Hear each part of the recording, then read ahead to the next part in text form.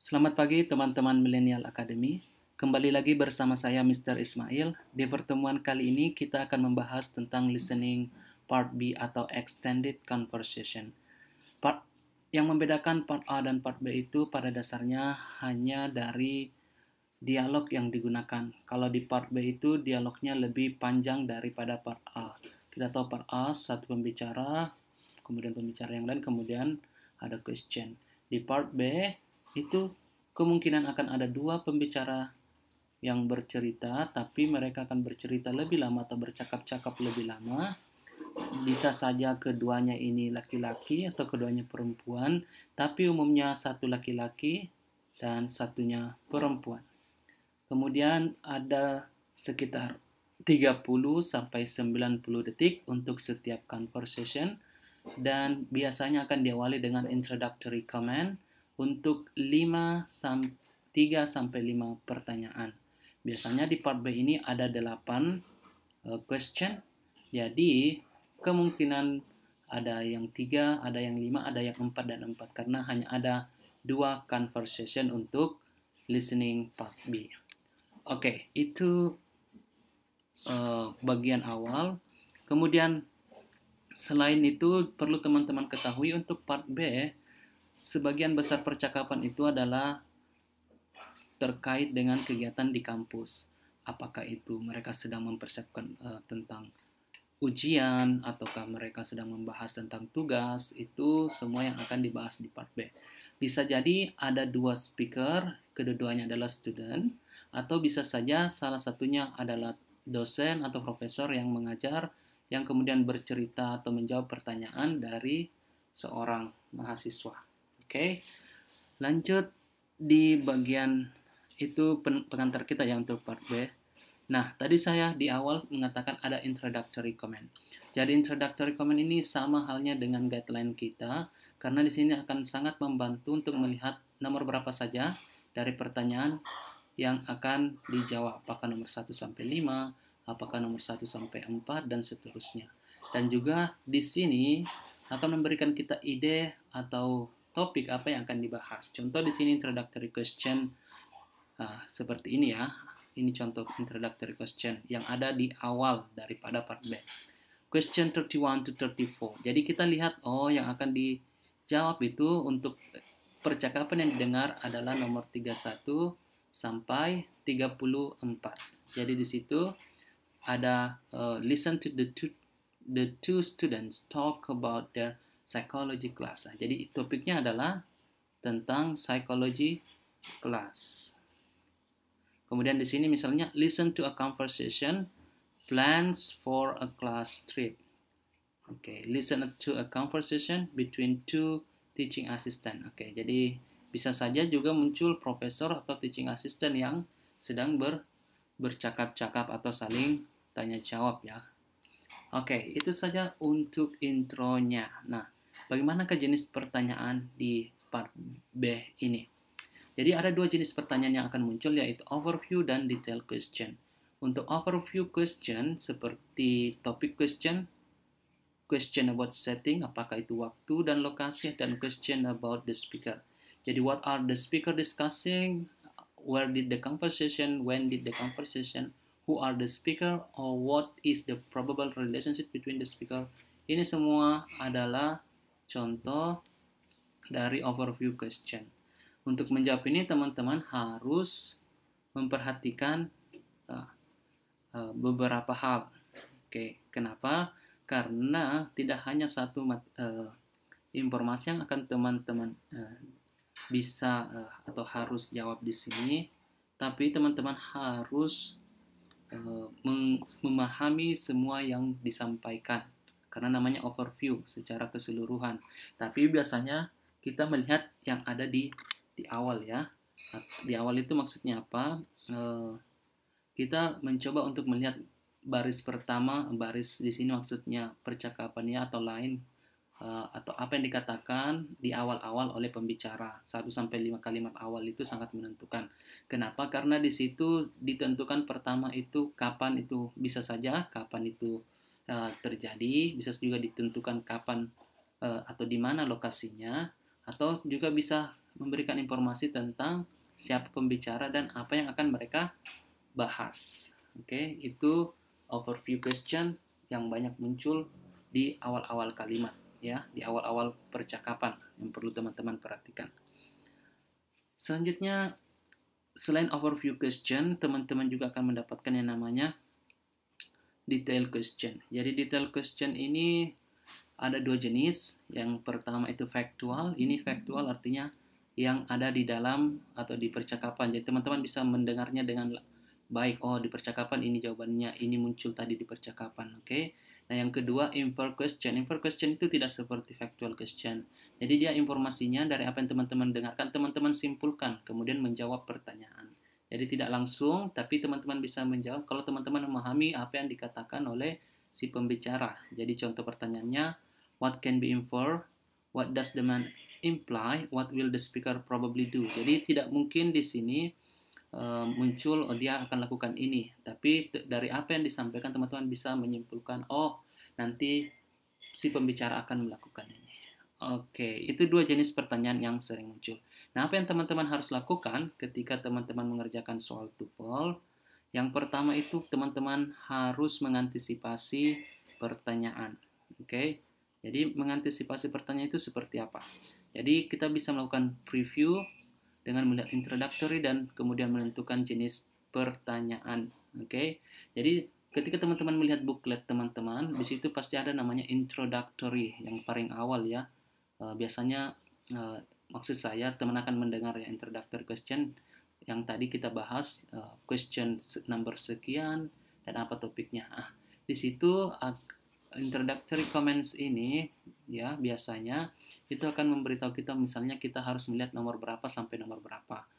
Apakah nomor 1 sampai 4 saja atau nomor 1 sampai 5. Kenapa? Kalau teman-teman tahu ini, teman-teman bisa mereview dari membaca soal atau membaca pilihan jawaban yang tersedia, teman-teman bisa menentukan dia membahas tentang ini topiknya. Kemudian dari setiap pertanyaan yang muncul, misalnya pertanyaan nomor 3 seperti ini, in the bank, in the coffee, in the field, teman-teman harus anticipating question. Apa kira-kira pertanyaan untuk masing-masing soal? Kalau seperti ini pasti pertanyaannya diawali dengan where. Memang kita tidak bisa menentukan apa pertanyaan yang pasti, tapi kita bisa menentukan type of question. Apa itu type of question? Jenis pertanyaan. Jadi jenis pertanyaannya ini adalah where, di mana. Oke, itu. Jadi kita bisa fokus kalau dia menentukan atau memberikan informasi tentang tempat. Fungsi daripada anticipating question ini sangat-sangat bagus atau sangat-sangat bermanfaat untuk jawaban-jawaban yang detail ya. Jawaban-jawaban yang bisa ditentukan langsung dari apa yang kita dengarkan. Jadi dengan melihat detail question, dengan melihat pilihan jawaban, teman-teman bisa yakin kemudian memilih jawaban yang benar atau paling tepat. Oke. Itu yang harus teman-teman lakukan di awal, anticipating the question. Nah, yang kedua, bagaimana menjawab soal overview question. Jadi untuk overview question seperti ini ya, yang tadi kita sudah bahas di awal. Jadi overview question itu teman-teman harus akan menjawab pertanyaan seperti what is the main topic, what are these people primarily discussing, where does the conversation take place, when does the conversation take place, what is the relationship between the speaker, ini juga harus, what is the main occupation, jadi ini semua tentang speaker, what is one speaker attitude toward the other speaker, bagaimana sikap terhadap pembicara yang lain. Nah, ini semua bisa ditemukan kalau yang awal-awal ini topik atau primarily discussing, itu biasanya di awal juga bisa muncul. Oke, coba kita lihat ya untuk jenis soal seperti ini. Saya kasih satu skrip awal sebuah percakapan. Hello. Hi Rod, this is Rita. I'm your 9 o'clock class. I missed class because of a cold and I was wondering if I could borrow your notes. I don't know if you could read my notes. I have terrible handwriting, but I can tell you what happened. Professor Phillips went over the material in chapter 4 about different types of stars in our galaxy, and she talked about what the midterm exam is going to be like. Oh yeah? Better tell me and all about the midterm. I really need to do well on it.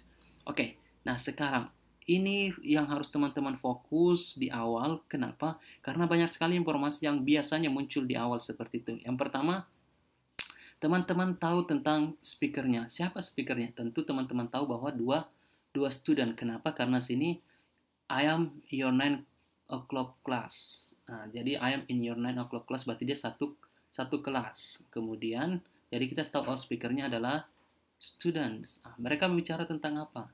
Oke, karena di sini dia bilang different type of star in our galaxy. Jadi kemungkinan mereka membahas tentang astronomi. Mereka kuliah astronomi.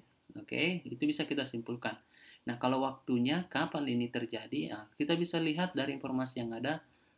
She talk about what the midterm exam. Jadi mereka bisa disimpulkan mereka ini sebenarnya sudah pertengahan ya, sudah akan mid dari proses perkuliahan mereka sudah akan mid, berarti sudah di pertengahan perkuliahan. Oke, better tell me about the midterm. I really need to do. Oke, jadi kita bisa lihat apa topiknya, apa yang akan dibahas selanjutnya itu adalah tentang exam. Kenapa? Karena di akhir di sini dia sebutkan, you better tell me all about the midterm. I really need to do well. Jadi mungkin lebih baik kamu ceritakan ke saya tentang midterm. Jadi pasti di kalimat-kalimat berikutnya itu akan membahas tentang midterm. Inilah topiknya.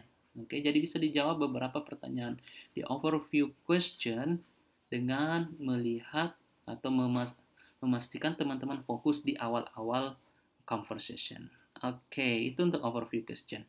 Nah, yang terakhir yang harus teman-teman kuasai juga ketika teman-teman membahas tentang detail question. Oke. Detail question itu tentu saja ada seperti yang tadi saya katakan di awal. Untuk detail question kita langsung temukan di dalam bacaan ya. Jika teman-teman lihat apa yang teman-teman dengarkan. Oke, jadi ketika teman mendengarkan itu dan melihat setelah review pertanyaan 1, 2, 3 atau 4 ya. Nah, kemudian teman-teman tentukan, ini informasi yang harus saya cari di setiap pertanyaan. Nah, informasi itu yang disebut dengan factual question, seperti what, where, why, who, how, 5W1H ya, untuk pertanyaan-pertanyaan ini muncul, itu pasti factual question. Artinya dia ada tersurat, langsung muncul saat didengarkan. Contoh tadi tempat ya, pasti muncul, misalnya in the bank, itu bisa, dia di situ, di mana. Atau pekerjaan, I am your classmate, berarti temannya, ya kan? Itu langsung muncul. Nah, ada juga yang disebut dengan infer question. Contoh pertanyaannya, what does the speaker imply about? What can be inferred from the conversation about? Nah, ini bedanya dengan topik question itu dia hanya untuk beberapa bagian dari percakapan saja. Jadi kita bisa dengarkan, kemudian ini yang dia maksud di situ, infer question.